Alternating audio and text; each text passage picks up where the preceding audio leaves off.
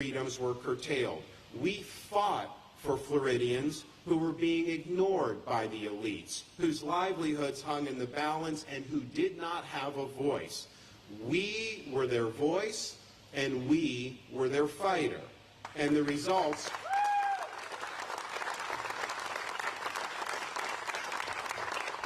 And the results are that Florida continues to lead the way. Our economy is ranked #1 amongst all 50 states by CNBC. We're ranked #1 in new business formations, #1 in economic growth amongst large states, and our economy has grown way more than the nation's as a whole. Since I've been governor, we've actually paid down 25% of our state's total debt, and we've run budget surpluses every year. Of course, the folks in the live free or die state can appreciate this. We don't have an income tax. Some of your New England brethren may want to try that sometime. We've been able to attract more wealth and investment into the state of Florida since I've been governor than has ever gone to a single state in the United States in our country's history over a single period of time. We're ranked #1 in education by U.S. News and World Report. We've led the nation in net in-migration every year since I've been governor, and our crime rate is at a 50-year low. So leadership matters. We showed how to get it done. We beat the elites. We showed the way forward to restore freedom and opportunity for people all throughout this country. And I will fight as president for the American people, just like we fought for the people of Florida. Now, revitalizing economic freedom and opportunity will require building an economy where the concerns of average citizens are elevated over those deemed too big to fail. We are today declaring our economic independence from the failed elites and policies that have harmed this nation's middle class.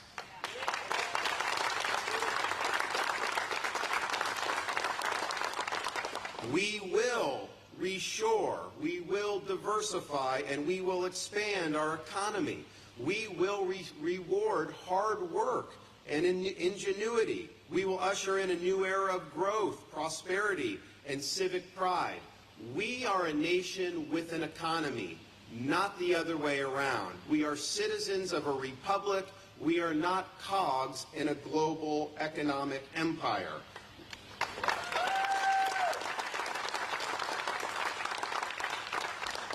We reject the technocratic management of American decline. We reject fostering dependency on welfare programs. We will reverse the decline of this country. We will restore our country to the greatness that it deserves. We want to be a country that makes things again. We want to be a country where where you can raise a family on one sole income. We want to be a family where we're both inspiring but also demanding loyalty from our elites. We want to be a country where young people feel they can develop skills and values to be able to build productive and fulfilling lives. So we will declare our economic independence from the failed elites that have orchestrated American decline, from the reckless federal spending that has inflated prices and plunged this nation to the brink of bankruptcy. We will declare our economic independence from the Chinese Communist Party. We will declare our economic independence from the central planners who seek to advance their political agenda at the expense of the well-being of average Americans. We will seek economic independence from destructive policies like the Green New Deal that seek to kneecap our domestic energy production. We will seek independence from a class of progressive corporations looking out for every interest under the sun except the interests of the American people.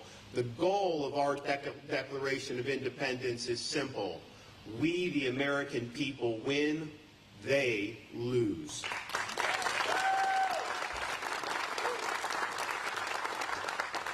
So here's what we have to do to get this right. First, we have to restore the economic sovereignty of this country and take back control of our economy from China. This abusive The abusive relationship, the asymmetric relationship between our two countries must come to an end. No more massive trade deficits, no more importing of goods with stolen intellectual property, no more preferential trade status. We need to incentivize the repatriation of American capital and investment here in the United States so we can recapture our supply chains and build a strong, durable industrial base. And in Florida, we've actually taken action against the CCP. We have banned the purchase of land in Florida by members of the Chinese Communist Party or its affiliates.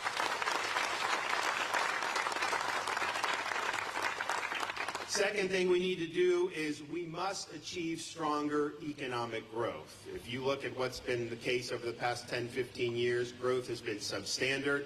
We need to hit 3% or more. That's not only good for the economy, it's not only good for opportunity, standard of living. It'll also help us solve some of these budget problems because we'll have a wider economic base. We are going to unleash American production.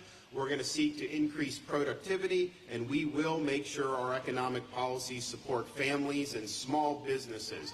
Bureaucracy and red tape are one of the leading drags on economic growth right now in our country.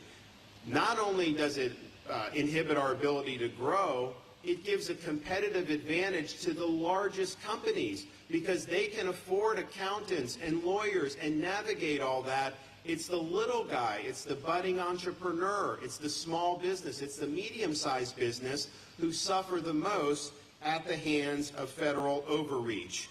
Biden's job-crippling and ideological regulations and executive orders will be reversed by me on day one.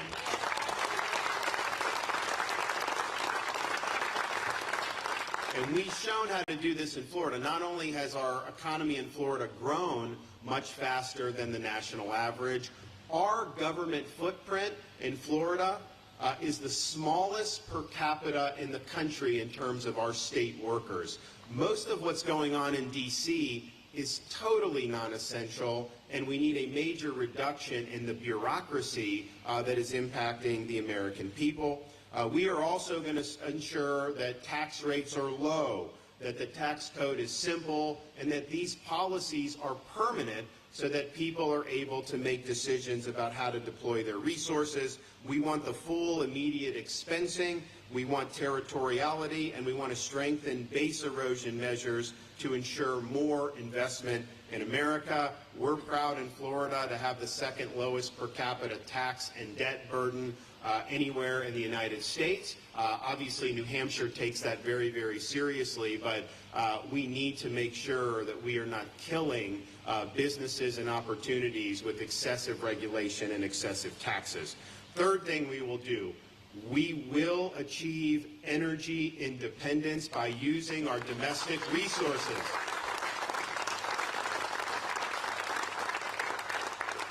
The United States has the best oil and gas resources in the world. We have an incredible opportunity to leverage this competitive advantage for the good of our economy, for the good of the average citizen, because this will help drive down inflation and make things more affordable. It'll be good for our industrial base, but it will be good for our national security. We do not want to rely on hostile countries to meet this country's energy needs. We can do it ourselves, and we are going to reverse the policies of Biden that's trying to force Americans to buy electric vehicles. That's your choice if you want to do it, but I can tell you most of the stuff that goes into those electric vehicles is made in China. Why would you want to knowingly make this country more dependent on what goes on in China? So we will make sure that we ditch those regs and we will save the American automobile in this country.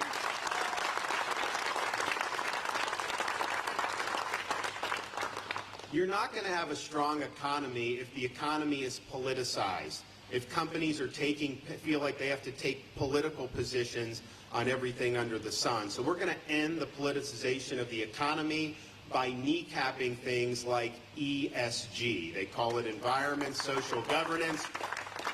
The reality is this is just a cover for people in large companies to depart from their obligations to their shareholders and to use that financial power to advance an ideological or a political agenda. It also represents an end run around our constitutional system, because what these companies are doing, especially when they collude to say kneecap energy production, or people engaged in enforcing immigration laws, or people that may be involved in the firearm industry, they are doing or attempting to do through the economy what they could never achieve at the ballot box. And it's an end run around the constitutional system where they're trying to change the policy of this country without we, the people, being able to hold them accountable at the ballot box. That is not the way you do this. So yes, and as president, we're going to ensure that these businesses are actually meeting their fiduciary obligations to maximize value for shareholders or for beneficiaries. In Florida, we signed legislation nixing ESG from our pension fund. We nixed social credit scores in our banking industry, and we took $2 billion from our pension fund that was being managed by BlackRock, which is a big ESG company, and we took it away from them because we don't want political agendas to interfere with the pensions of our teachers, our firefighters, and our police officers.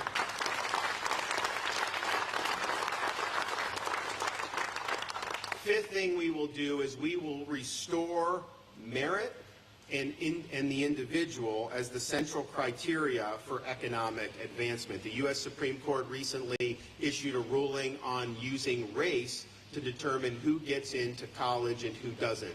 That decision to nix that was correct. We got to judge people based on the content of their character, not on the color of their skin.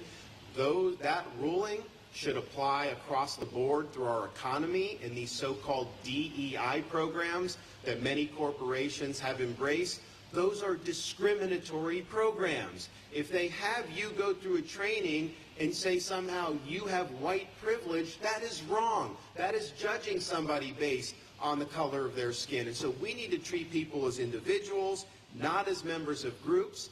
And sometimes people will say things like DEI. I think it's an ideological agenda, but even if you think some of these programs are well-intentioned, my response to you would be to this. The way to stop discrimination on the basis of race is to stop discriminating on the basis of race. And that's what we're going to do in this country.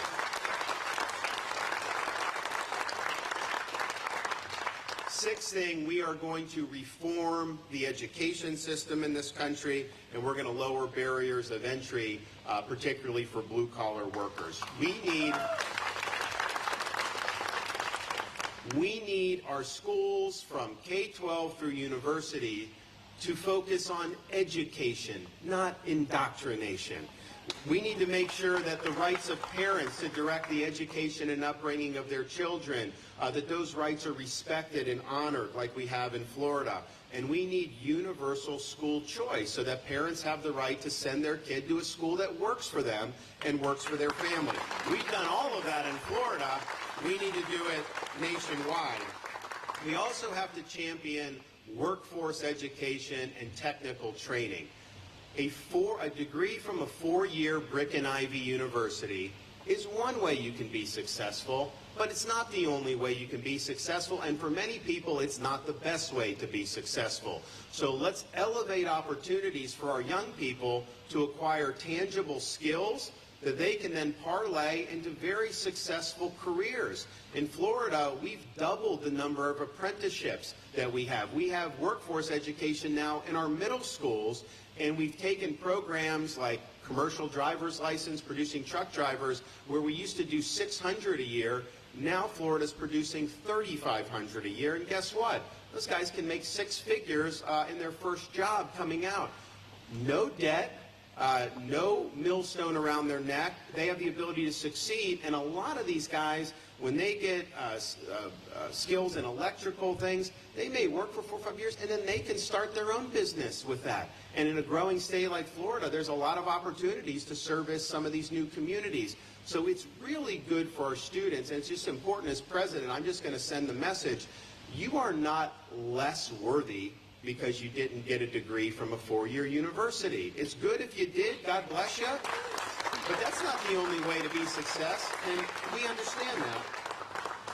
It's also going to be good for our economy, because if we are going to do like we want to, become more industrial, to have more manufacturing, yes, you got to have good tax, regulatory, trade. You got to have all those policies in place, but you need to have the skilled workforce that can power the manufacturing of the future. This will help us get that done.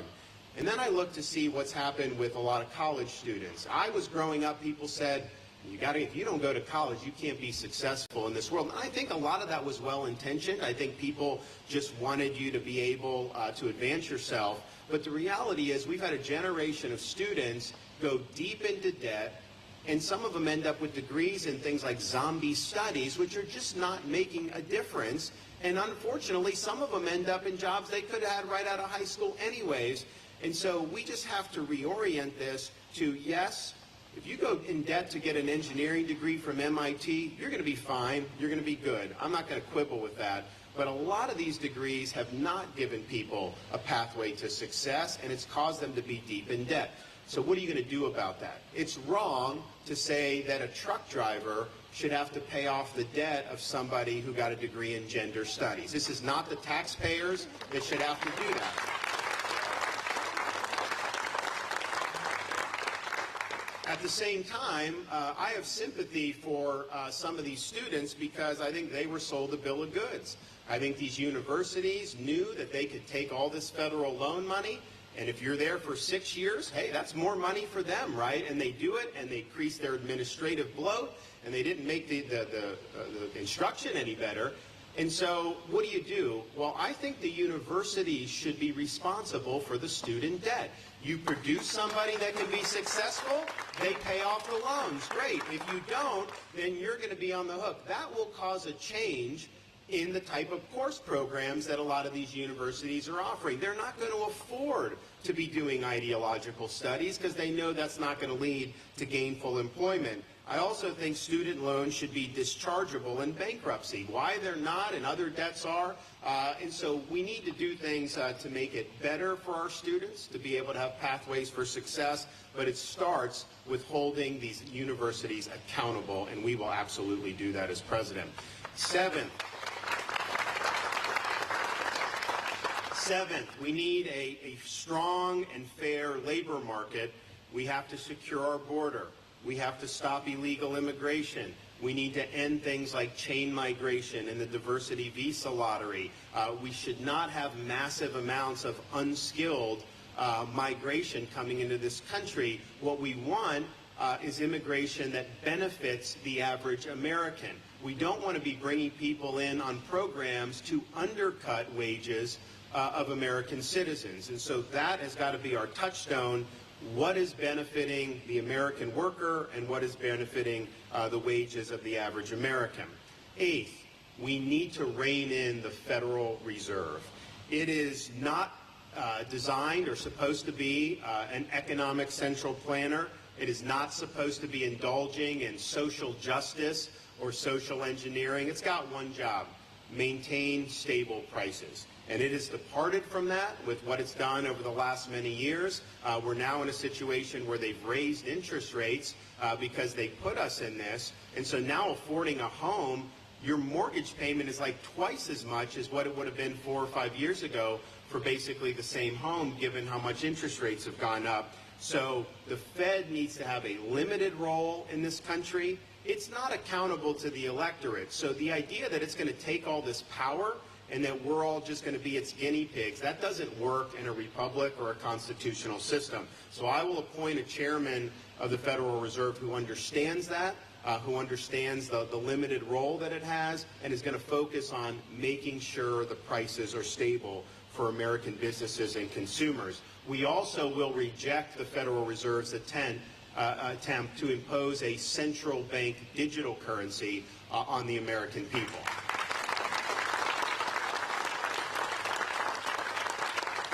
Now, what the Fed has said is, well, we're going to consult with the legislature, we'll consult with the executive, and ideally, we would get authorization from Congress. I think is what they said. No, it's not ideal. You cannot do this unless Congress authorizes it. I don't think Congress would authorize it. I would certainly veto that if I were president. But why do they want this?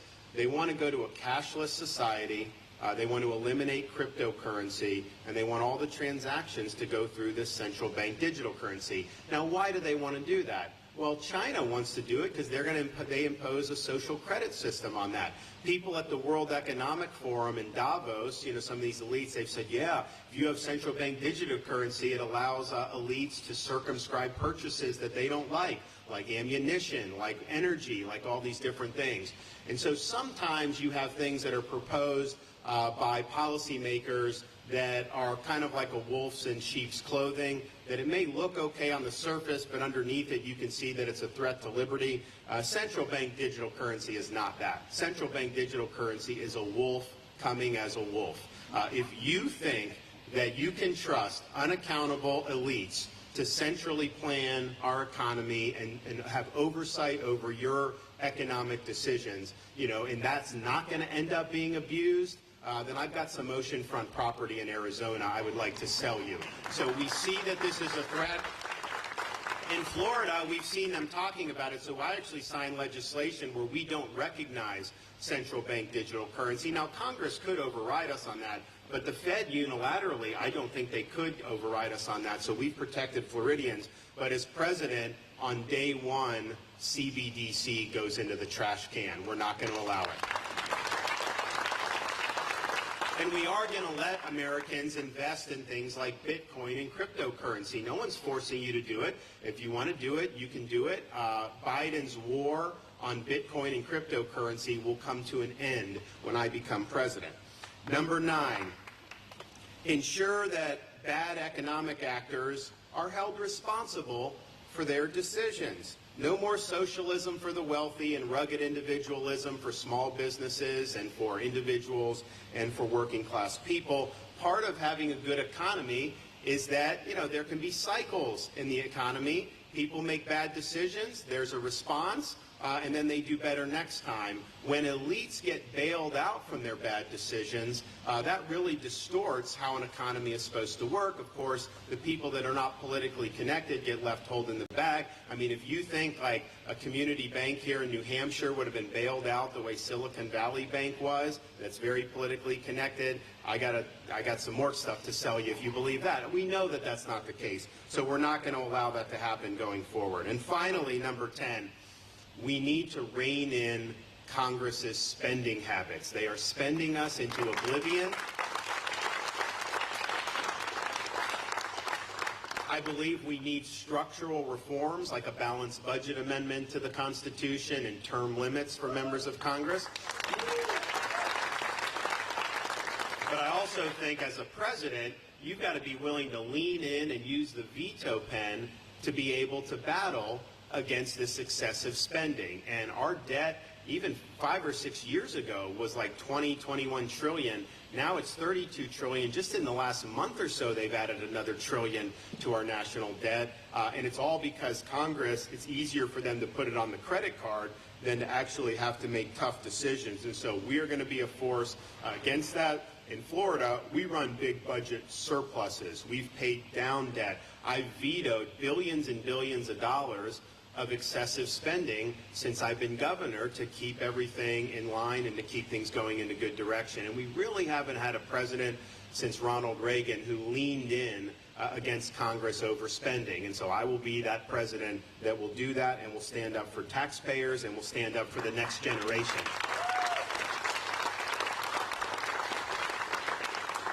So at the end of the day, economic policy is really not even as much about dollars and cents. Obviously, it is. But the bigger question is, what kind of a country do we want to have?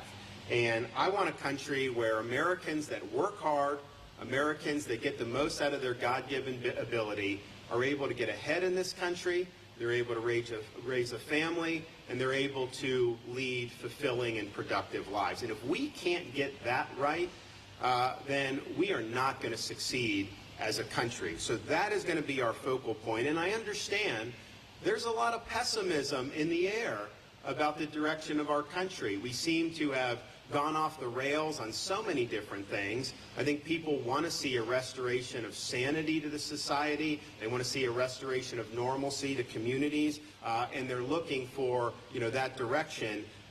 It can be done. Our decline is a choice at the end of the day. We will make that choice over the next 18 months with our presidential election, but also in other things that we do as Americans. Success for this country is attainable. Freedom that we've been bequeathed by prior generations is worth fighting for, and we have everything we need to be successful. We have the people. We have the natural resources. We have the ingenuity, and no matter how bad things get, we will always have that can-do American spirit. You can never kill it. It's always there. We just have to bring it to the surface. And we need the will to force Washington, D.C. to once again work for the American people. And my promise is this. As president, I'm not going to sit there like a wallflower. I am going to fight for our people. I am going to fight for our families. I am going to fight for our future, and I am going to fight for our way of life. I will never back down. I will stand my ground. We will take back control of our national destiny, and we will ensure that this country enjoys a new birth of freedom. Thank you so much. God bless you all. Thank you. Thank you. Thank you very much. Thanks so much. Thank you. Thank you, thank you, thank you. We appreciate it. We appreciate it. Thanks to Prep Partners for having us here. We really appreciate it. All right, we'll take some questions back there. Yes, sir? Yes, Governor Chris Nelson. Good to see you. All the way from Florida. All the way. You better ask an on-topic question because I'm not answering anything that's not about the economy.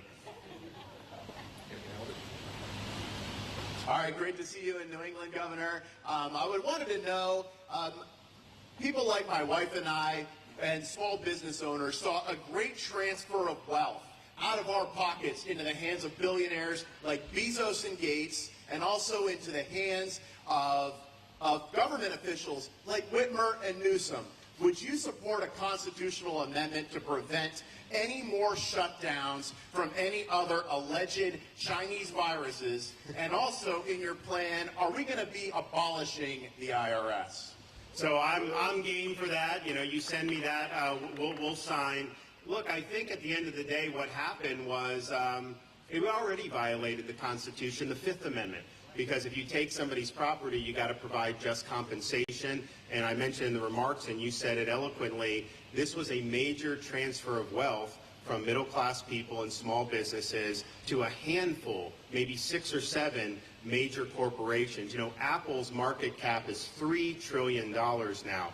Amazon, massive growth. Facebook, all these companies. And you wondered why Facebook was censoring dissent about COVID lockdowns, because they benefited from doing this. You wondered why all the elites were attacking me in Florida for standing up and saying, no, we need to go a different direction, because there were a lot of people that benefited this, and we're still living with the effects of it. I think at the end of the day, we as Americans do have to acknowledge that America handled it wrong. Sweden, for example, handled it right. They kept things going. They made adjustments to protect people. There's nothing wrong with that. But the basics of going to school, working, businesses, all that, you know, that continued. And that's not how people like Fauci in this country did. So what I've pledged is, when I'm president, we are going to usher in a reckoning about the people that perpetrated those policies so that this never happens to our country again.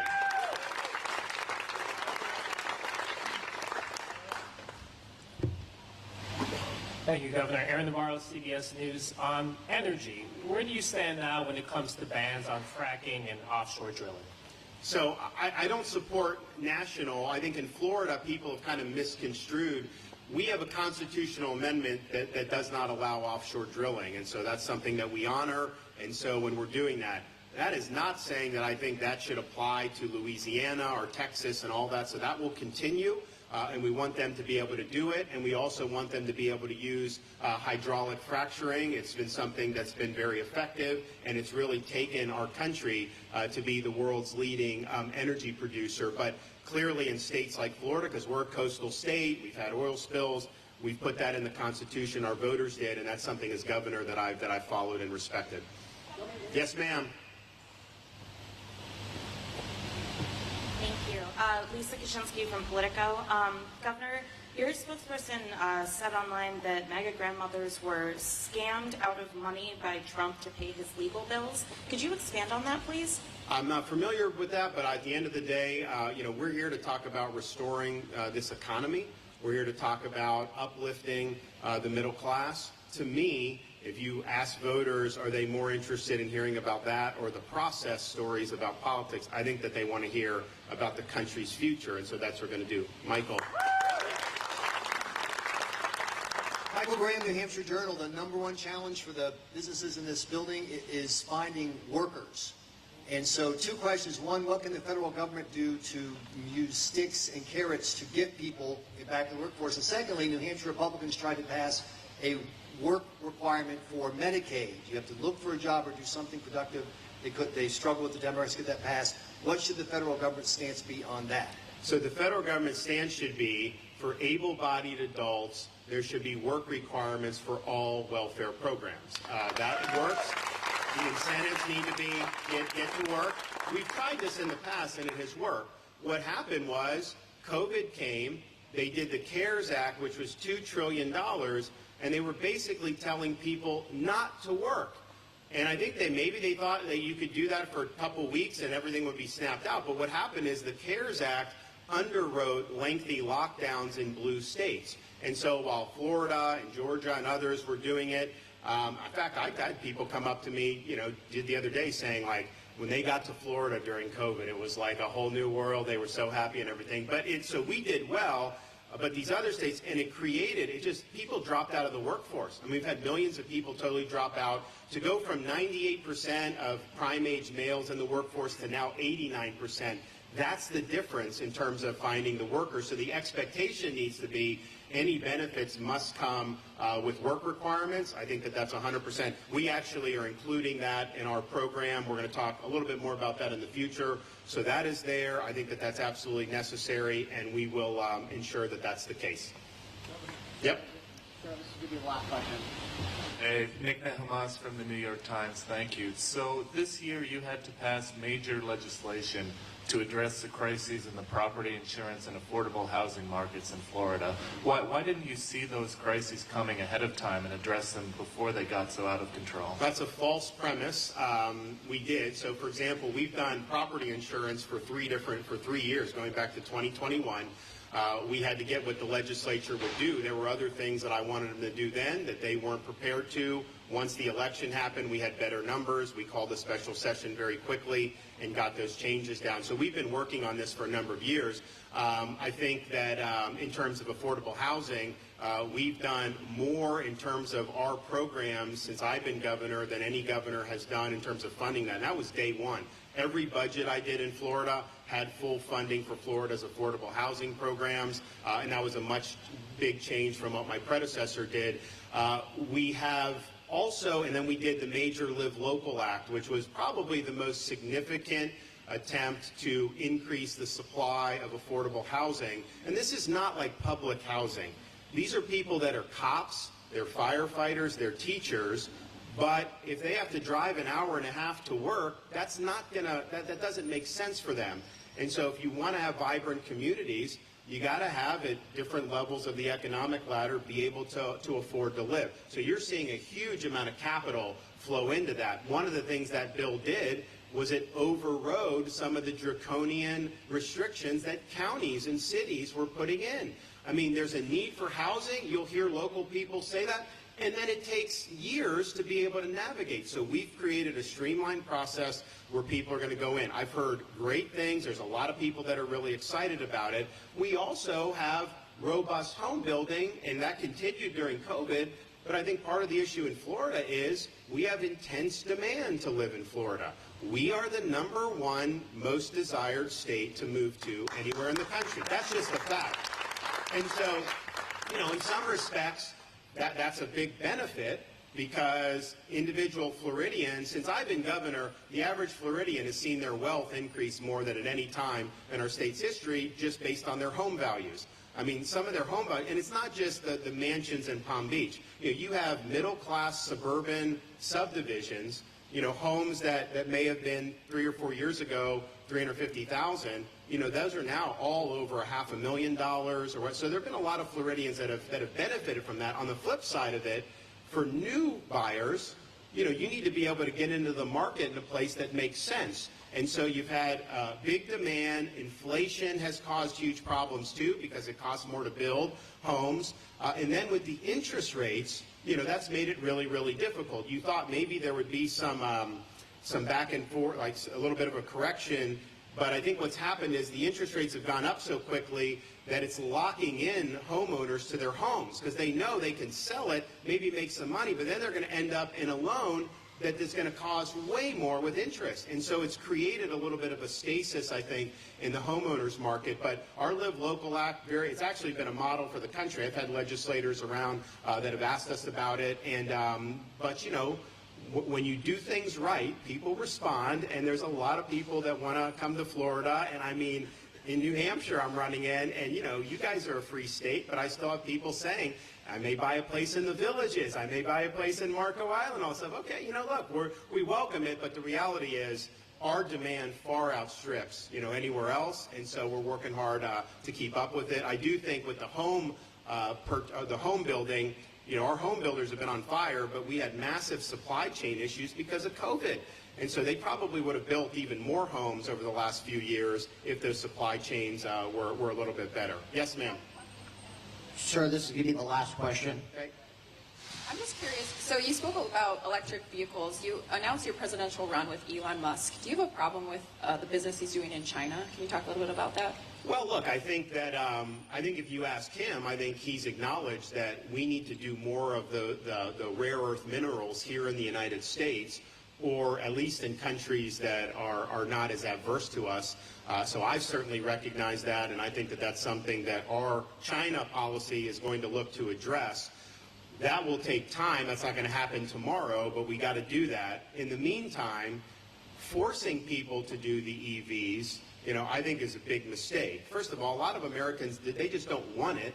And I think that Tesla creates a really good product. It's not necessarily something that I would be able to afford or would want, but I get people like it. But to make the Fords and the GMs do all this for electric, you are not going to see the demand for that. And I get a kick out of, like, California. You know, they announce, okay, starting in however many years, 4 or 5 years in the future, all new sales in California must be electric. Then 2 days later, they say, all electric vehicle owners, don't plug in your car because we have problems with the power grid. Are you kidding me? I mean, good grief. So let's get real here. So, all right, thank you all. God bless you. We appreciate it.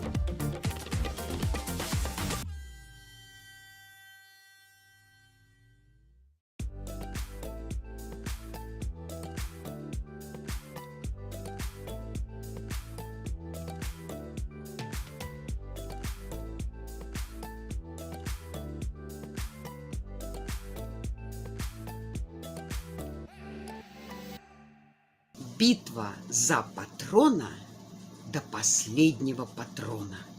Вот именно так, до последнего патрона будут биться и нынешняя администрация Байдена, и ФБР, и фейк-ньюс, и, конечно, Министерство несправедливости, Минюст, чтобы не дать осудить Хантера, а в связке с ним и папу Джо, который неоднократно говорил, что никогда не знал и не принимал участия, вообще представления не имеет, чем занимался его сын.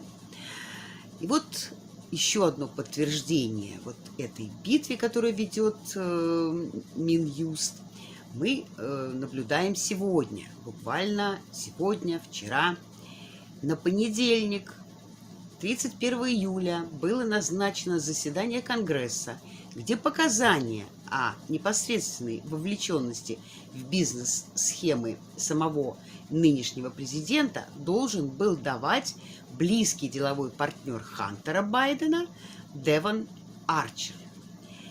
Как предполагалось, он за закрытыми дверями должен был рассказать Комитету по надзору Палаты представителей о подробностях, раскрыть подробности о деловых отношениях сына президента. И в частности, что во время встреч с иностранными бизнесменами Хантер часто включал громкую связь на своем мобильном телефоне для бесед с отцом, который в тот момент был вице-президентом США. Но за 2 дня до дачи показаний Арчером байденовский Минюст, а именно Дамиан Уильямс, которого выдвиженец Байдена на должность прокурора по Южному округу Нью-Йорка, вот он отправил письмо судье Абрамс с указанием немедленно выписать ордер на арест Девона Арчера и чтобы тот безотлагательно был упрятан за решетку. В эфире Марии Бартирома на Fox News председатель Комитета по надзору Палаты представителей Джеймс Комер вот так озвучил происходящее. Такого в истории Минюста еще не было. Впервые я слышу о том, чтобы представитель Минюста делал что-то подобное, то есть выписывал ордер в субботу, заявил Джеймс Комер. Это воспрепятствование осуществлению правосудия, никаких совпадений тут быть не может. Это явное вмешательство в проводимое нами расследование и попытка убрать важного свидетеля. Ну, все идет по дипстейтовским методичкам. В тюрьму Арчера, там, глядишь, и самоубьется ненужный Байденом свидетель. В 3 комитетах Конгресса ведутся расследования о коррупционных схемах семьи. И вот такую вдруг неожиданную ретивость Министерства несправедливости ничем иным, как отчаянной попыткой спасти и Байдена, и собственные шкуры не назовешь. Разоблачение клана утянут за собой всех, кто этот клан все эти годы прикрывал. И карманное левосудие будет отстреливаться до последнего патрона. Тем временем адвокат Арчера Мэтью Шварц отреагировал на эту новость так. Он сообщил, что мистер Арчер считает действия Минюста спекуляцией и попыткой администрации Байдена оказать давление на свидетеля. Тем не менее, мистер Арчер намерен сделать то, чего от него ждут конгрессмены, а именно явиться в понедельник на закрытое заседание и честно ответить на все вопросы, которые ему зададут ведущие расследования конгрессмены. А ввиду чрезвычайной ситуации 5 членов юридического комитета Конгресса, среди них Мэтт Гейтс, Чип Рой, Майк Джонсон, Харриет Хеджман и Дан Бишоп, призвали конгрессменов немедленно вернуться в Вашингтон на нетерпящие отлагательства слушания о вмешательстве Минюста в работу наблюдательного комитета, комитета по надзору. Ну, может быть, наконец начнут процедуру импичмента Мерику Гарланду за очередное, уже я не знаю, какое по счету, превышение власти. Ну, конечно, конгрессмены не отступятся, и слушания за закрытыми дверями состоятся. Я вижу, как республиканцы наконец-то научились распознавать ходы демократов, но еще учатся пока предупреждать эти их атаки. Беспрецедентные действия карманного Минюста Байдена направлены на то, чтобы воспрепятствовать расследованиям преступных схем Байденов и любой ценой оставить на троне коррупционера Джо, видны просто невооруженным взглядом. И Минюст и администрация Байдена будут биться за своего патрона действительно до последнего патрона. Мы обязательно узнаем, что именно расскажет Арчер на слушаниях о причастности Джо к сделкам и откатам Хантера. Мне же лично очень бы хотелось, чтобы на этих слушаниях Арчера расспросили с пристрастием о сотрудничестве с буризмой, о его личном опыте, о том, что там делал Хантер, и что там делал вице-президент в то время Джо, чтобы, наконец, заняться, начать какую-то процедуру расследования о квид-про-кво Байдена, докопаться до причин, по которым в 2016 году по требованию Байдена, грозившегося в случае отказа не дать Украине $1 миллиард, Верховная Рада поддержала увольнение генпрокурора Шохина. А сына Хантера, сына Джо, ввели в совет директоров газовой компании «Буризма». А еще проверить, не связаны ли эти события 2016 года с сегодняшней ситуацией, когда вместо уже утвержденного 1,5 года назад Конгрессом ленд-лиза и так необходимых Украине вооружения, предоставления Украине вооружения, самолетов и танков, Байден бесконтрольно посылает туда миллиарды долларов, не давая отчета, кому попадают эти деньги и, собственно, на что тратятся наши налоги.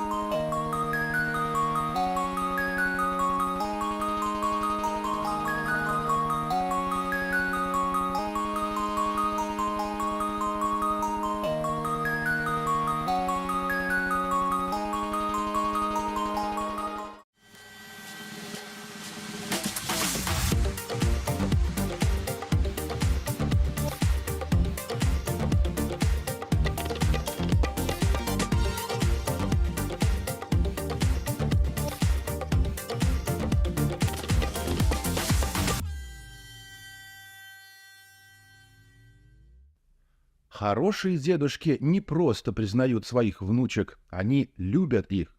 В пятницу журнал People опубликовал эксклюзивное пиар-сообщение Джо и Джилл Байден, объявив, что спустя 4 года они наконец-таки признают свою 7-ю внучку Неви Джоан Робертс.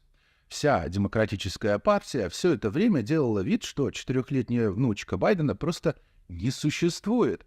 Лидер меньшинства в Палате представителей Хаким Джеффрис еще в четверг на этой неделе отрицал существование седьмой внучки Джо Байдена, что сделало нью-йоркского демократа последним, кто принял участие в продолжающемся избегании семьи Байденов одного из его самых молодых членов. Этот момент наступил во время пресс-конференции в четверг, на которой репортер спросил Джеффриса, считает ли он, что президент должен признать существование Неви Робертс, 4-летней дочери Хантера Байдена, и Ландон Робертс. Вместо того, чтобы ответить на вопрос, Джеффрис ответил: «Я понятия не имею, о чем вы говорите, прежде чем солгать об экономических достижениях Джо Байдена». Но это, конечно же, важнее. Джеффрис вряд ли единственный демократ, который не имел никакого понятия и отрицал существование Неви Робертс. На самом деле вся семья Байденов постоянно отказывалась признавать 4-летнего ребенка. В течение года после рождения Неви Хантер неоднократно отрицал, что он отец девочки, даже заявив, что у него не было сексуальных отношений с ее мамой Лондон вообще. Однако тест ДНК, проведенный в ноябре 2019 года, доказал, что Хантер действительно является отцом Неви. Ну, Хантеру не впервые врать, как и его папе, впрочем. Даже после того, как тест подтвердил его отцовство, Хантер попытался уклониться от выплаты алиментов Лондон. Ну вот как порядочный папа, что тут говорить. Сообщается также, что он скрывался в Белом доме, чтобы избегать подачи юридических документов по этому поводу. Джо Байден, которого традиционно СМИ любят изображать заботливым семьянином, также неоднократно отрицал существование Неви. Во время апрельского мероприятия в Белом доме президент ложно заявил, что у него 6 внуков, а не 7. Кроме того, по данным Washington Examiner, в рождественские сезоны 2021-2022 годов Байден повесил носки для подарков, но такая традиция, только для 6 своих внуков. «Мои внуки без ума от меня, а я от них без ума. Каждый божий день связываюсь с каждым из моих внуков», заявил Байден в интервью подкаста в 2022 году. Врет, как обычно, конечно. Сообщается, что сотрудникам Белого дома было поручено публично заявлять, что у президента всего 6 внуков, а не 7. Среди других демократов, которые отказывались признавать Неви Робертс, первая леди Джилл Байден, пресс-секретарь Белого дома Карин Жан-Пьер, член Палаты представителей Эрик Соуэлл, штат Калифорния, ну и многие другие, которые продолжали нам врать и делать вид, что ничего не происходит. В тот же день после публикации статьи издание резко изменило статью многомесячной давности под названием «7 внуков Джо Байдена. Все, что нужно знать», включив в нее 4-летнюю Неви после того, как ее имя было изначально опущено. И вся ошибка исправлена, по мнению редакторов. То есть не 6, а получилось 7. В оригинальной статье журнал People пишет восторженные абзацы о каждом из внуков Байдена. Не отказывается даже упоминать имя Неви. Вместо этого решив обратиться к ней с 2 краткими юридическими абзацами о назначенном в суде тесте Хантера на отцовство. Ну что ж, не дать не взять, друзья мои, мы меняем прошлое и говорим о том, что этого никогда не было. Ждем, что Белый дом скажет, что Джо Байден никогда ее не признавал. Предположительно, в качестве предлога для того, чтобы не называть имя Неви, в статье говорится, было подано ходатайство о сокрытии идентификационной информации ребенка от общественности, чтобы защитить ребенка во время президентских выборов 2020 года. Сколько еще таких сокрытых фактов, которые могли повлиять на исход выборов, нам еще придется узнать от Джо. Кто-то понесет ответственность за то, что Америка выбрала человека, факты о котором были засекречены. Да кто же вообще такой Джо Байден? Кто-нибудь знает? Учитывая, как тщательно о нем скрывают информацию, будут ли реформированы институты и департаменты, которым удалось скрыть эту информацию? Да и что же это вообще такое? Что же за закрытие? В пятницу журнал People посвятил несколько недавно добавленных абзацу разделу Неви в статье о внуках Байдена. В ноябрьской статье, кстати, еще Неви теперь называется по имени, а также активно цитируется последнее пиар-заявление Джо Байдена и анонимный источник, который, естественно, защищает многолетнее непризнание ребенка Байдена. Согласно заявлению Байдена по связям с общественностью журнала People, опубликованным в пятницу, мать Хантера и Неви, Лондон, работали вместе, чтобы развивать отношения, которые отвечают интересам их дочери, максимально сохраняя конфиденциальность в будущем. Это не политический вопрос, это семейный вопрос. Джилл и я хотим только лучшего для всех наших внуков, включая Неви, заявил Джо Байден. На момент публикации мать Неви, Лондон Робертс, боролась за сохранение своих алиментов, а за несколько месяцев до этого Джо Байден отказался обеспечить безопасность Лондона и Неви после того, как их жизни угрожала опасность. А вот на момент выборов его почему-то интересовала безопасность именно Неви. Лжет. При этом президент никогда публично не признавал Неви, Журнал People мог бы, по крайней мере, посвятить несколько предложений отречению Неви о судебной тяжбе с алиментами, но вместо этого предпочел допустить жестокость и пренебрежение президентом и его сына, и их родной внучки и дочки, соответственно. Редакция журнала People доказывает, что даже неразвлекательные заведения являются одним из многочисленных пропагандистских рупоров администрации Байдена. Все повязаны и все дуют в одну дудку. Когда Байден обезличивал Неви, то есть не называл даже его имени, они делали все возможное, и политики, и журналисты, и пресс-служба, и как только Байден решил, что готов ее признать, так тоже поступила вся обслуга. А как их назвать по-другому? Где борцы за права детей? Где дети в США не так уже важны? Дед, который сидит в Белом доме, важнее? Где приоритеты? И где все жизни имеют значение? Ну где это все? Скажите мне, пожалуйста, что же на самом деле? Где права наших детей? Риторический вопрос.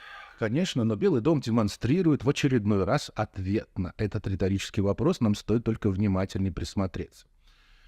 Вернемся к Хантеру. Он не работал ни над чем, чтобы содействовать отношениям, отвечающим интересам его дочери. За последние несколько лет он публично заявлял, что Неви не является его дочерью. Он также боролся с мисс Робертс в суде, чтобы избежать ответственности за Неви. Был обвинен в пренебрежительном отношении к разбирательству. Ходатайствовал о снижении алиментов, денег ему мало. Как сообщается, не предпринимал никаких усилий, чтобы когда-либо встретиться с Неви, и не позволял Неви взять фамилию Байден. Если бы Джо Байден хотел, чтобы для Неви было лучшее, он бы даже посоветовал своему сыну, хорошему, которого он любит, взять на себя ответственность за свои действия и позаботиться в конечном счете о своем ребенке, благо что средств на это у него достаточно.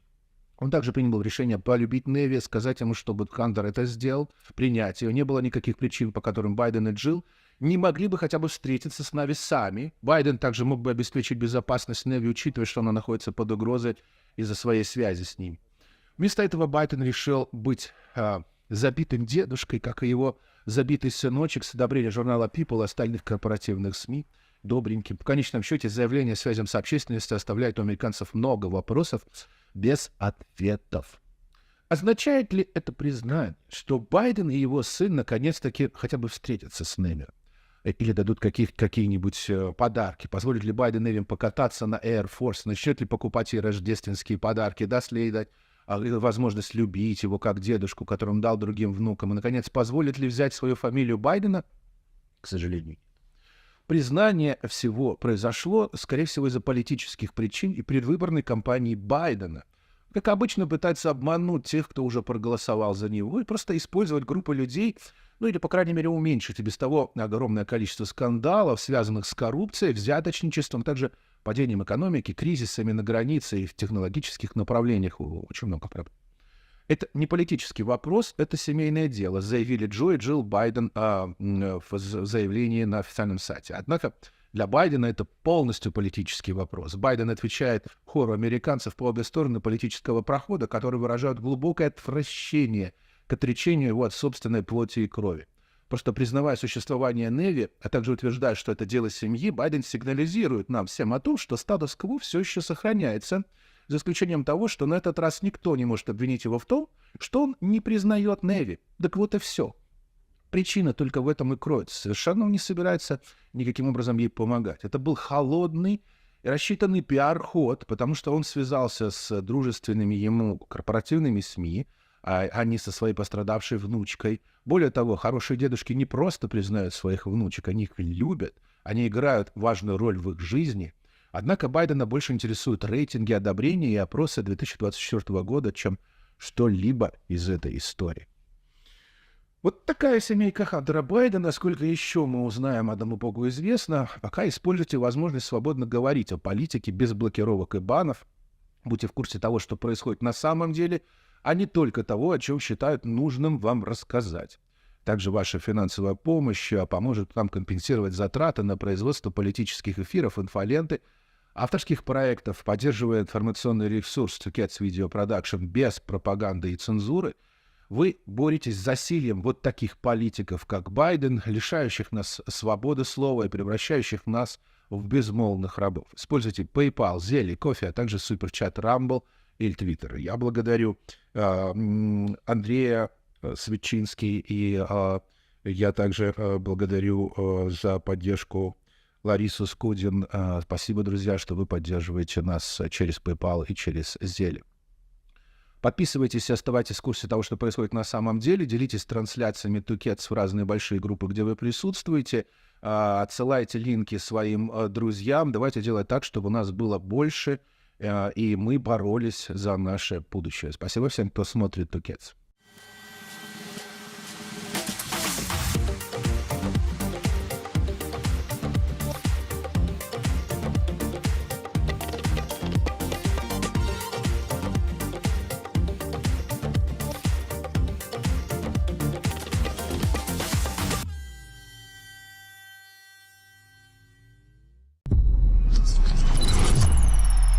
Будьте в курсе того, что происходит на самом деле, а не только того, о чем считают нужным вам рассказать. Тукетс на Twitter. Используйте возможность свободно говорить о политике без блокировок и банов.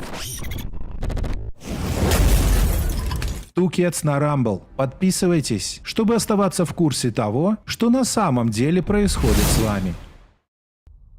Ваша финансовая помощь нам необходима, чтобы компенсировать затраты на производство политических эфиров, инфоленты и авторских проектов. Поддерживая информационный ресурс без пропаганды и цензуры, вы боретесь с засильем политиков, лишающих нас свободы слова и превращающих наше общество в безмолвных рабов. Используйте PayPal, Зеле, Кофе, а также суперчат Rumble и Twitter.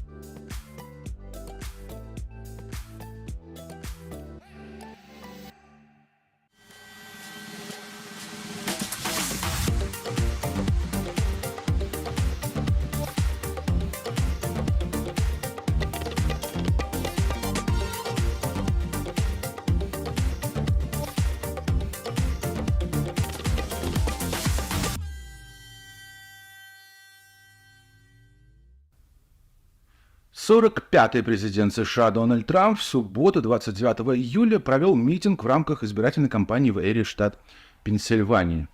Сторонников Трампа, как всегда, полные стадионы. Еще столько тех, кто ожидал, а за пределами стадионов просто не могли попасть вовнутрь. Казалось бы, сравните, сколько людей приходит поддержать Байдена, где взялись эти голоса его на выборах, учитывая, что Байден постоянно врет, зная, что все будет только поддерживать и смеяться даже над его откровенными признаниями в преступлении, несложно понять, что на самом деле происходит и продолжает вершиться в американской политике. За возможность почувствовать себя вершителями судеб и высокие посты и власть, за деньги налогоплательщиков, которые выдаются в качестве субсидий, грантов и прочих возможностей присоединиться к бюджетной кормушке, истеблишмент Демпартии, пополняя свои ряды лояльными коррупционерами, готовы выполнить любое противоречащее закону решение режима Байдена, исходящее даже не в письменном виде, а просто в устном распоряжении по телефону. И уверяю вас, в вопросах только несколько оно законно, насколько законны эти решения, у этих лояльных мракобесов даже и не возникнет. Вот что сейчас представляет из себя армия Байдена. Я бы никогда этого не сказал. Я слишком уважаю должность президента, я никогда этого не говорил ранее, но при этом я не могу не сказать о Джо Байдене ничего хорошего, потому что он ужасный президент. Но я бы никогда этого не говорил, но вы знаете, что теперь мы должны снять перчатки, потому что сняли перчатки они и показали свою натуру. Поэтому мы никогда не снимем перчаток и продолжим с ними бороться. Он мошенник Джо. Мы называли его сонным Джо, но мне больше всего нравится сейчас называть его криворуким Джо, потому что это, вероятно, самое точное его имя. Но обвинениями только режима Байдена Дональд Трамп не ограничился, ведь институты вкупе с государственными учреждениями, корпоративными СМИ, прокурорами и политиками по разным причинам, но все поддерживают то, что сегодня США буквально рвут на части. Одни за деньги, другие за власть и высокие посты. И это далеко не только люди с демократическими взглядами. По крайней мере, так мы это видим. Многие из республиканцев ведут борьбу и оказывают поддержку вполне себе нереспубликанских ценностей, прикрываясь республиканской партией и заручившись голосами республиканских избирателей при этом. И даже получив от них деньги в качестве политических donations, они сперва выплачивают свои кредиты, потом летят отдыхать во всевозможные Мексики, а следом начинают монетизировать ваши республиканские голоса уже за счет бюджетных денег американцев. И, пожалуйста, не воспринимайте это так, как будто бы это что-то абстрактное. Это по-прежнему наш карман. Так вот, мало то, что это происходит за наш счет, происходит борьба с нашими же свободами, поскольку нам необходимо закрыть рот, чтобы мы не возмущались особенно в тот момент, когда нас же и будут грабить, делая нашу зарплату менее покупательно способной, а нашу жизнь максимально некомфортной и даже небезопасной, а наши города более уродливыми. Смотрите, те, кто сейчас дорвались до власти, они в большинстве своем вышли из обычных людей. Получив власть, они напрочь забыли о своих обещаниях и легли под уничтожающих государственность леваков и демократов. Особенно обидно, когда раньше на них были красные кепки мага. Впрочем, в республиканской партии от самих низких до самых элитных уровней такие предатели присутствуют.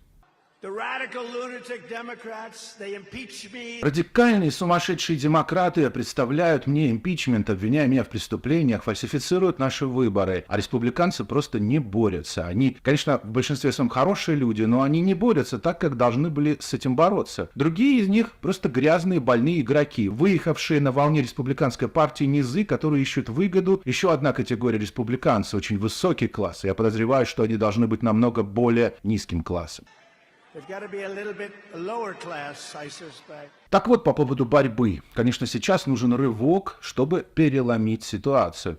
Смотрите, пусть и небольшое, но большинство в Конгрессе уже позволило нам завести расследование коррупции Байдена. И пусть импичмент может и не произойти, поскольку в Сенате его не поддержат, сейчас важнее всем рассказать, кто, например, не причислял себя к демократической, не республиканской партии, тем людям, но будет голосовать, что на самом деле происходит в политике и кто такой Джо Байден. А если в 2024 году снова будет республиканский президент в Белом доме, прервав срок Байдена только на одном сроке, то тут возможностей будет гораздо больше. Плюс мы притормозим темпы, которыми демократы с леваками продолжают разрушать США и переделывать весь мир прямо сейчас, в этот момент.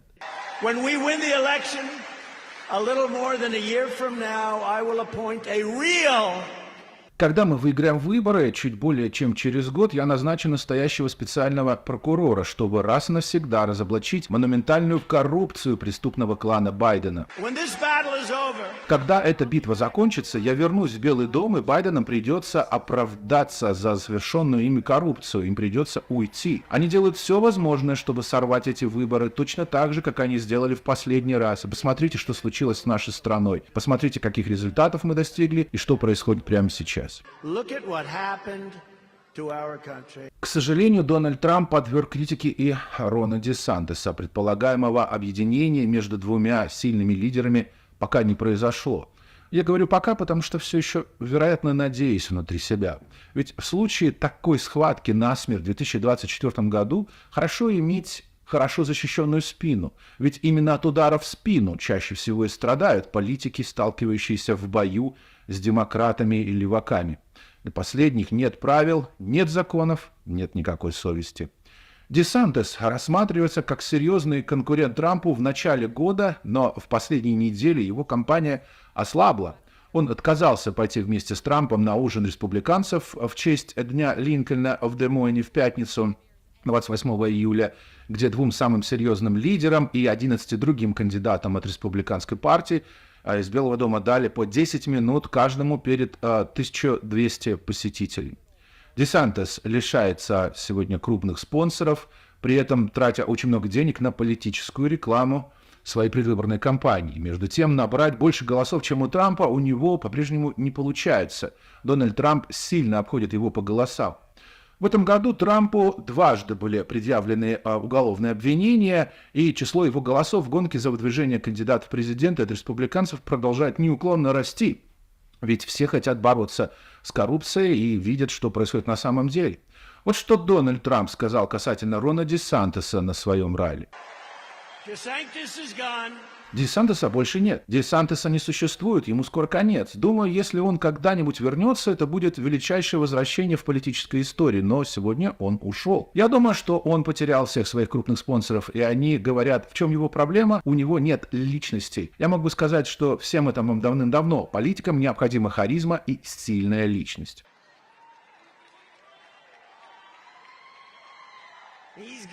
Не знаю, как у вас, у меня немного грустное чувство после речи Дональда Трампа в Пенсильвании. Вокруг столько предателей, и все в масках друзей, доброжелателей, добрых дедушек.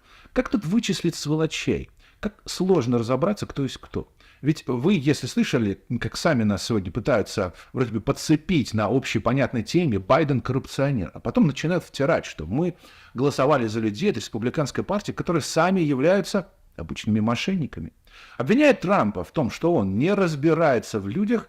Задумайтесь в следующий раз, а можем ли мы сами в такой ситуации разобраться, кто есть кто. И не спешите, на жизненно важных выборах 2024 года осталось очень мало времени, а в бюллетенях, кроме голосования за президента, вы найдете еще более дюжины кандидатов на другие, не менее важные ключевые позиции людей, которым вы делегируете свое право принимать решения за вас. И изменять вашу жизнь и жизнь ваших близких людей в лучшую или в худшую сторону. Спасибо всем, друзья, кто был сегодня с нами. Используйте возможность свободно говорить о политике, без блокировок, банов. Будьте в курсе того, что происходит на самом деле, а не только того, что считают вам нужным рассказать. Ваша финансовая помощь необходима для того, чтобы мы компенсировали затраты на производство политических эфиров, инфоленты, авторских проектов и также прямых включений. Поддерживая информационный ресурс без пропаганды и цензуры Tukets Video Production, вы боретесь с засилием политиков, лишающих нас свободы слова и превращающих нас в безмолвных рабов. Используйте PayPal, кофе, зелье, а также суперчат на Rumble. Благодарю Светлану Кузнецову за поддержку нашего канала через PayPal. Друзья мои, подписывайтесь и делитесь нашей трансляцией, чтобы людей, которые получают достоверную информацию, было больше. Отсылайте линки вашим друзьям, постайте их в больших группах, где вы присутствуете. Давайте делать так, чтобы здравомыслящих людей было больше, а наша общая победа в 2024 году была более реальной. Спасибо всем. До новых встреч.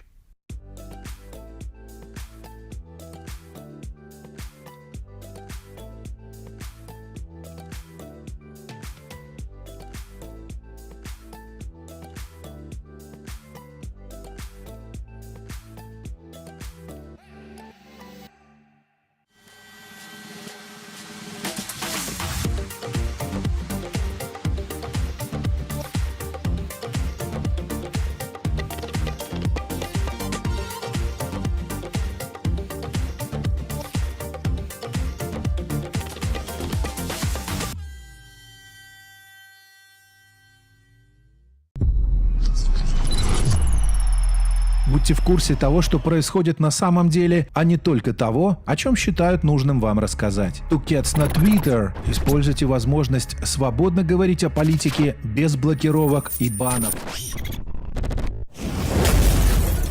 Tukets на Rumble. Подписывайтесь, чтобы оставаться в курсе того, что на самом деле происходит с вами.